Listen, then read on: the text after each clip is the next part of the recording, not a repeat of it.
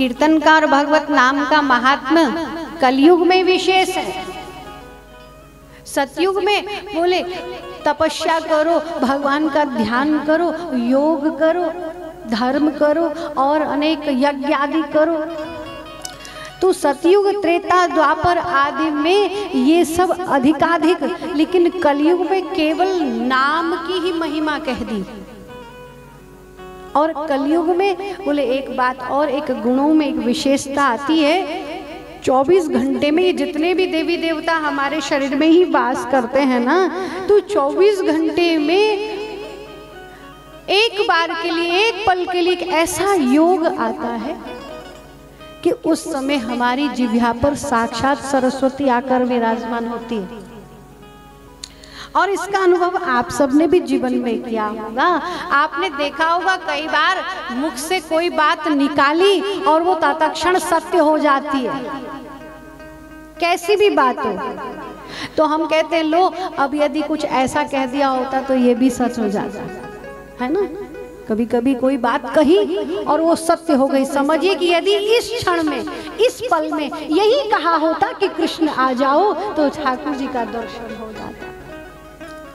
इसीलिए साथ में ये भी कहा है कि बोले कन्हैया आप भक्तों में बड़ा भेदभाव करते हो। बोले क्यों? बोले कि कभी कभी तो बड़े बड़े सहस्त्रों हजारों लाखों वर्षों से बैठे हुए हिमालय की कंदराओं में, गुफाओं में, बर्फीली उन पहाड़ियों में बैठे हुए बड़े बड़े योगियों को भी, समाधिस्थ जो योगी हैं उनको भी आपका दर्शन नहीं मिलता। और कभी कभी जल में, सरोवर में फंसे हुए उस एक गज ने, उस गजेंद्र ने आपको पुकार लिया, एक क्षण में आप प्रकट हो गए। अरे वो कोई पढ़ा लिखा नहीं, वो कोई धर्म शास्त्र का ज्ञाता नहीं, वो कोई वेद पाठी नहीं, कोई कर्मकांड विद्वान नहीं, उसने कभी पूजा करी नहीं, वो कभी मंदिर गया नहीं, उसको तो एक बार पुकारने पर ही आपने दर्शन दे दिया। और एक वो साधु महाराज बड़े बड़े कठिन, कहा विपरीत ऋतु भक्ति करते हैं, जो ऋतु चल रही हो उस ऋतु के विपरीत रह करके भी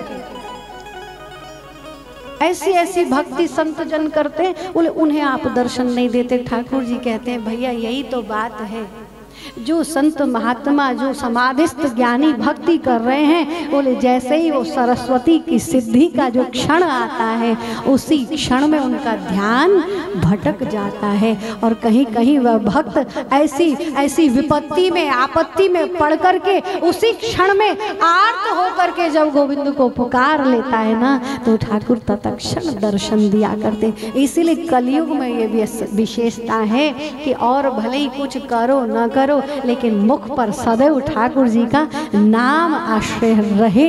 इसलिए कथा के बीच बीच में आपको संकीर्तन कराया जाता है कि आप किसी भी माध्यम से ठाकुर जी का नाम एक बार उच्चारण कर ले। कलयुग केवल नाम आधारा, सुमिर सुमिर नर उतरहि पारा।